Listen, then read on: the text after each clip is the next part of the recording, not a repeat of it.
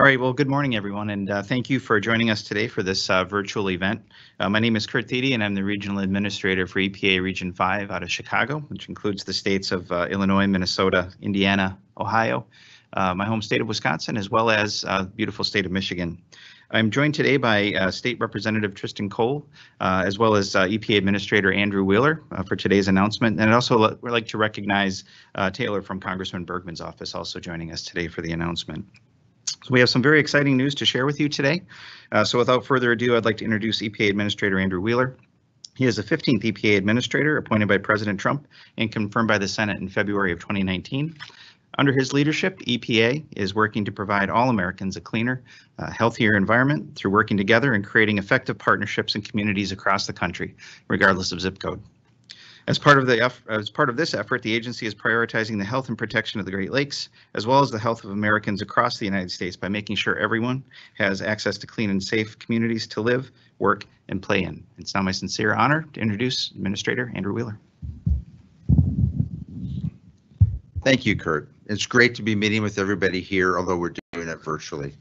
This announcement today on environmental justice and Great Lakes and energy is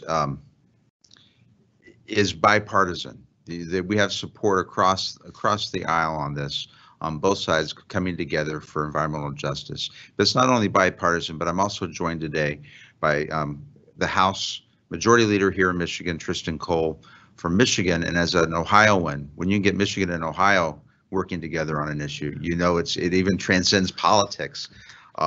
So I'm very happy to be here today in Michigan. In the light of COVID-19, this event is being held virtually to keep everyone safe. Thanks to all of you for participating virtually, and I truly hope to meet all of you in person in the near future. For the past 6 months, EPA has supported many COVID-19 response efforts across the country to protect public health. We are working hard to help those in need during these challenging times. So at my direction, earlier this year, we directed $1 million in appropriated EJ funds and reprogrammed another $1 million in appropriations to help communities disproportionately affected by COVID-19. We opened a grant opportunity through our State Environmental Justice Cooperative Agreement Program. Many states, tribes, and communities applied.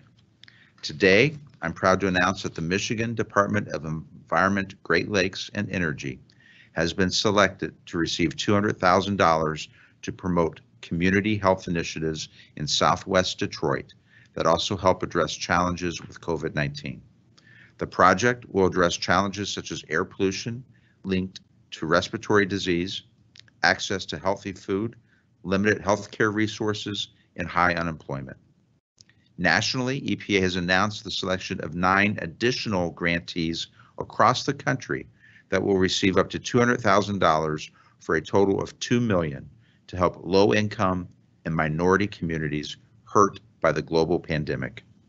Under President Trump, the EPA has taken meaningful steps to improve the health and environmental conditions for Americans everywhere, especially those in low-income and underserved communities.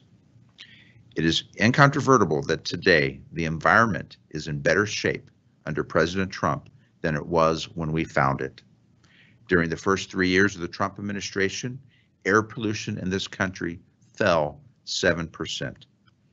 EPA delisted 27 Superfund sites last year, the most in any single year since 2001. And we have now delisted over the first term of the Trump administration, 82 Superfund sites, equal to the same number that the Obama-Biden administration delisted during their entire 8 years in office. We have also helped finance more than $40 billion in clean water infrastructure. And the Trump administration has recovered more criminal and civil penalties, in fact, twice as much as the previous administration did during their first term, during our first term. We're often accused of not enforcing the environmental laws, but our statistics show otherwise. With twice as many recovered fines, that shows that the environmental police are on the beat and we are going after polluters. Accelerating cleanups at Superfund sites will directly improve the lives of more than 50 million fellow citizens who live near these sites, often low income and minority Americans. We are also improving air quality in urban areas. In the past 3 years, air quality has improved for 54 areas of the country that transition from non-attainment to attainment for a range of air pollutants. Those 54 areas, for the most part, are inner cities. So we are working with these cities and communities across the country to ensure that they have clean air to breathe every single day. We're also financing critical investments to improve drinking water infrastructure, including a $100 million announcement later today to help the state of Michigan upgrade their clean water infrastructure. Overall, we have made great progress in cleaning up the nation's air, water, and land.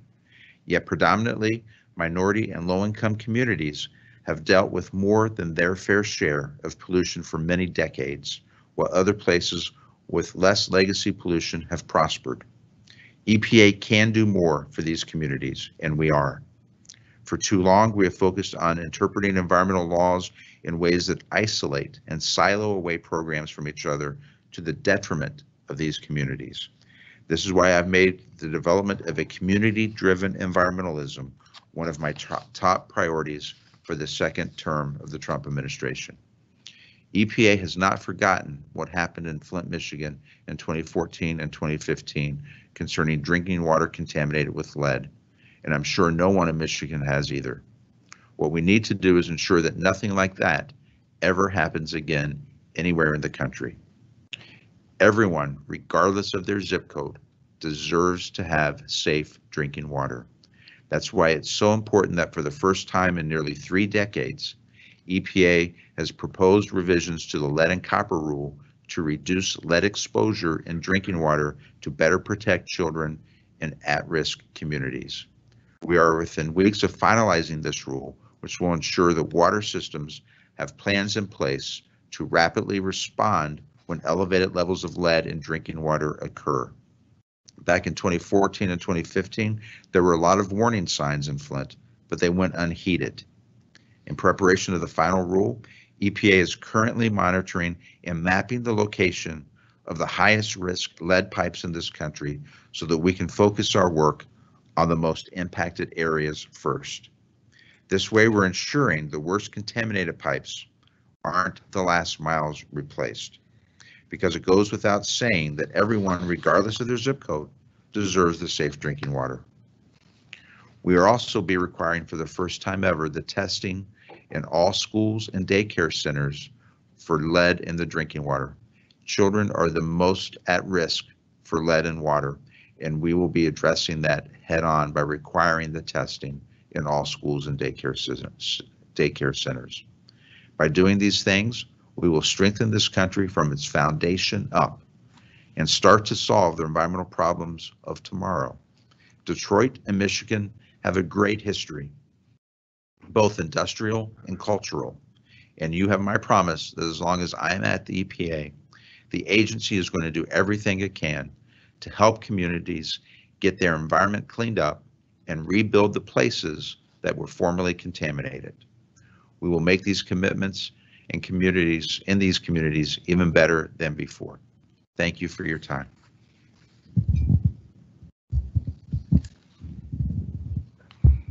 Well, thank you, Administrator, and this is certainly good news for the city of Detroit, the state of Michigan, the Great Lakes, and the country. So thank you. You know, Region 5 has a very strong history of working with the Michigan Department of Environment, Great Lakes, and Energy. So I'm particularly happy to have the opportunity to further strengthen our partnership and continue this important work to address environmental justice, communities, and concerns. Now, we'll now hear from House Majority Leader, State Representative Triston Cole. Representative Cole was first elected to serve the 105th District of Michigan House of Representatives in November of 2014, serving the people of Antrim, Otsego, Charlevoix, Montmorency, and Escota counties. Representative Cole.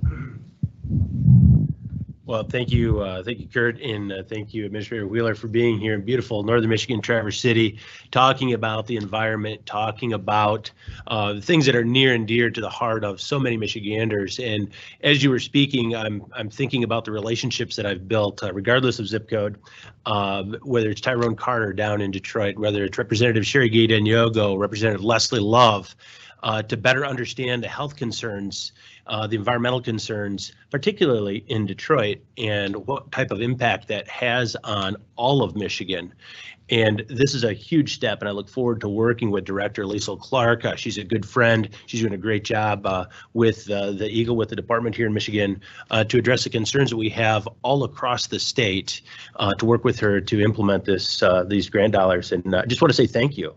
Thank you for doing this, and thank you to the Trump administration for fast tracking, as you mentioned, speeding up some of these programs and these dollars, going right to the source when it comes to lead pipes. We cannot allow these things to linger out there, and the Trump administration has shown just how quickly they can act faster than ever before to get actual money, dollars to boots on the ground programs that are producing results.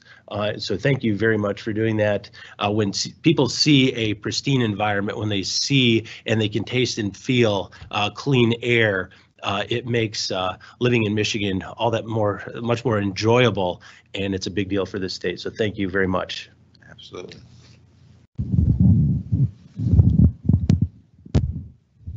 Well, thank you, Representative Cole. And as the administrator mentioned, we have made significant strides in the health of our environment over the past 50 years. All that progress, whether here in the region or across the country, is attributed to a lot of partnerships and work by dedicated staff and collaboration with government agencies, states, and tribes to protect human health and the environment. I truly believe that without these partnerships, the environmental accomplishments that we've realized would not be possible. That's why Region 5 has been making a real effort to enhance our working relationships with all of our partners and engage with new ones as well to share our goals. Under this administration, we've made it a priority to listen to the concerns of the communities that we serve and improve communication so that we can not only continue this progress, but accelerate it. The importance of collaboration is especially important to advancing underserved communities like those in Southwest Detroit, who stand to benefit from the resources the administrator announced today. In addition to providing grants, Region 5 and Michigan Eagle are working together in other capacities to achieve these goals. Through this joint approach, we have identified the need to develop stronger internal training on environmental justice and stronger processes for integrating its principles, such as fair treatment and meaningful involvement in environmental programs. And with the current COVID-19 pandemic impacting residents of Michigan and across the United States, working together has never. We have a saying in Region 5 that we are better together, and I don't think that we have a better example than our working relationship with our states, especially in this important environmental justice topic. As an agency, we are committed to this ultimate goal and look forward to supporting all of our partners as we work towards it. With that, I want to thank everyone for your attendance on our virtual conference today. I'd like to thank Representative Cole, as well as representation from Congressman Bergman's office and administrator for your remarks and a great announcement today.